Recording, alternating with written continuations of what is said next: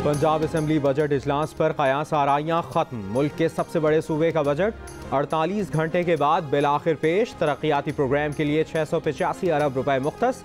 अवामी सहूलत पैकेज के तहत 200 अरब रुपए से सस्ता आटा दिया जाएगा। खाने पीने की चीज़ों और खाद पर सब्सिडी के लिए 142 अरब रुपए रखने की तजवीज़। सरकारी मुलाजमीन को तनख्वाहों में 15%, पेंशन में 5% इजाफे का फैसला। मजदूर की कम से कम उजरत 20,000 से बढ़ाकर 25,000 रुपए कर दी। डिप्टी स्पीकर दोस्त मोहम्मद मजारी की ज़ेर सदारत पंजाब असेंबली का ऐवान इकबाल में बजट इजलास। वज़ीर ख़जाना पंजाब सरदार ओवैस लगारी ने कहा कि पंजाब में पिछले 3.5 साल गुड गवर्नेंस नाम की कोई चीज़ नहीं थी।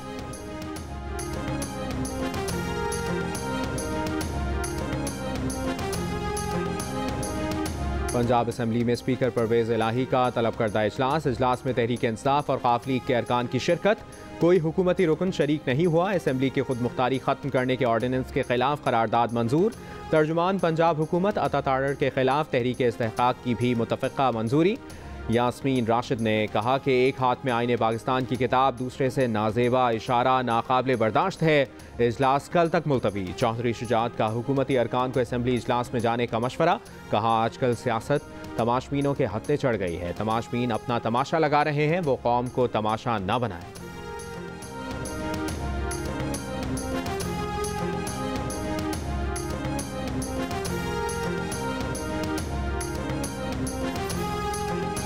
चेयरमैन पीटीआई इमरान खान का कहना है कि पंजाब में हुकूमत कहीं दिखाई नहीं देती। हर तरफ मुजरिम माफिया दंदनाता दिखाई दे रहा है।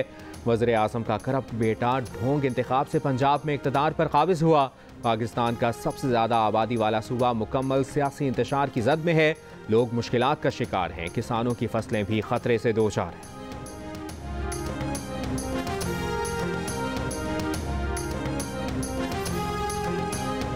मुझे पता लग गया कि कल रात को FIR हुई है, मुझे इन्होंने अरेस्ट करने के लिए टीमें भेज दी आगे पीछे।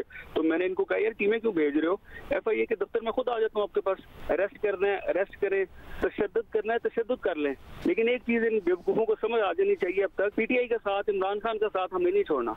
उसकी सजा दे रहे हैं कि इनकी बात हमने नहीं मानी। इन्वेस्टमेंट की हुई है शुगर मिल्स में और वो मेरी डिक्लेयर्ड इन्वेस्टमेंट। काफ लीग के मोनस इलाही के खिलाफ मनी लॉन्ड्रिंग केस फिर खुल गया। मोनस इलाही का खुद FIA दफ्तर पेश होने का फैसला। साथ लाहौर हाई कोर्ट में मुकदमा चैलेंज करने का भी कह दिया। मुकदमे को शरीफों की इंतकामी कार्रवाई करार देते हुए मोनस इलाही ने कहा तफ्तीश किए बगैर मुकदमा दर्ज नहीं हो सकता। तमाम असासे डिक्लेयर्ड हैं। नून लीग कुछ भी कर ले, इमरान खान के साथ खड़े हैं और खड़े रहेंगे। FIA लाहौर के 72 करोड़ रुपए मनी लॉन्ड्रिंग के मुकदमे में नामजद 2 मुलजिम गिरफ्तार मुलजिम नवाज सेक्रेटरी पंजाब असेंबली का भतीजा और मुलजिम मजहर अब्बास चपड़ासी है। मोनस इलाही के खिलाफ कार्रवाई का आगाज 2 साल पहले इमरान खान के दौर में हुआ था।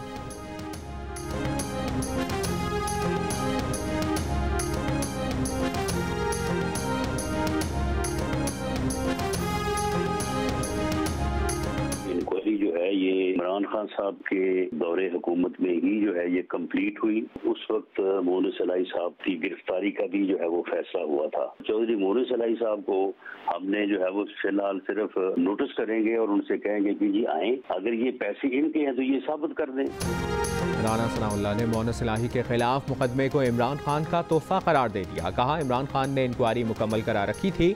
मोनस की गिरफ्तारी का भी इरादा था। ये दावा भी किया कि शुगर मिल्स की खरीदारी के 72 करोड़ रुपए चौधरी साहिबान ही के हैं। दस्तावेज मोनस के सामने रखेंगे, जवाब का पूरा मौका दिया जाएगा। साबित हुआ कि काला धन इनका था तो मोनस को गिरफ्तार किया जाएगा।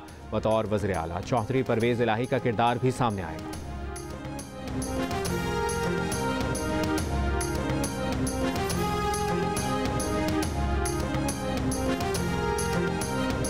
मुल्क भर में कागज़ की कीमत दुगनी। दरसी किताबों की छपाई घटाई में पड़ गई। दरामदी कागज़ नायाब हो गया। दरसी किताबों का बहरान शिद्दत इख्तियार कर गया। फी किलो 100 रुपए में फरोख्त होने वाले कागज़ की कीमत 300 रुपए तक जा पहुंची। नया तालीमी साल सर पर आ पहुंचा। किताबें कब मिलेंगी? वालिदैन और तलबा परेशान। सरकारी स्कूलों में मुफ्त किताबें ना मिल सकीं। निजी स्कूलों में पैसे देकर भी तलबा को किताबें मैसर नहीं। ऐसे पढ़ेगा पाकिस्तान तो कैसे बढ़ेगा पाकिस्तान?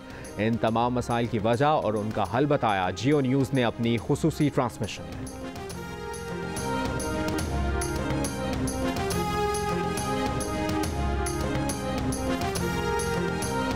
जियो न्यूज़ ने मसला उठाया। वज़ीर-ए-आज़म ने पंजाब टेक्स्ट बुक बोर्ड की किताबों की इशाअत में ताख़ीर का नोटिस ले लिया।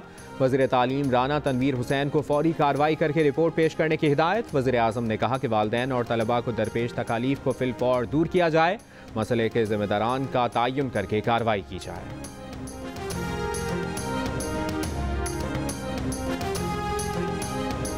मैं बड़ा क्लैरिटी के साथ आपको ये बता दूं कि उस मीटिंग में chairman joint chief of staff committee, तीनों सर्विसेज चीफ्स और DGSIs तमाम मौजूद थे और उस मीटिंग में बहुत वाज़ेह तौर पे बहुत मुफस्सल अंदाज में शुरका को ये एजेंसीज की तरफ से अपडेट किया गया, ये ब्रीफ किया गया कि किसी किस्म की कोई साजिश या इस चीज के कोई शवाहिद, कोई एविडेंस नहीं है।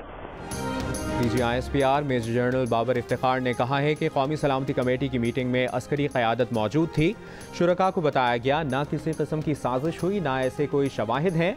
शुरका को मुफस्सल अंदाज में बताया गया कि किसी साजिश का कोई सबूत नहीं। बदकिस्मती से कुछ अरसे से अफवाज और अस्करी क़यादत के खिलाफ प्रोपेगेंडा किया जा रहा है। मेजर जनरल बाबर इफ्तिखार ने कहा कि 2020 से पाकिस्तानी फ़ौज ने अपने बजट में कोई इजाफा नहीं किया। फ़ौज ने 100 अरब रुपए बजट कम लिया है।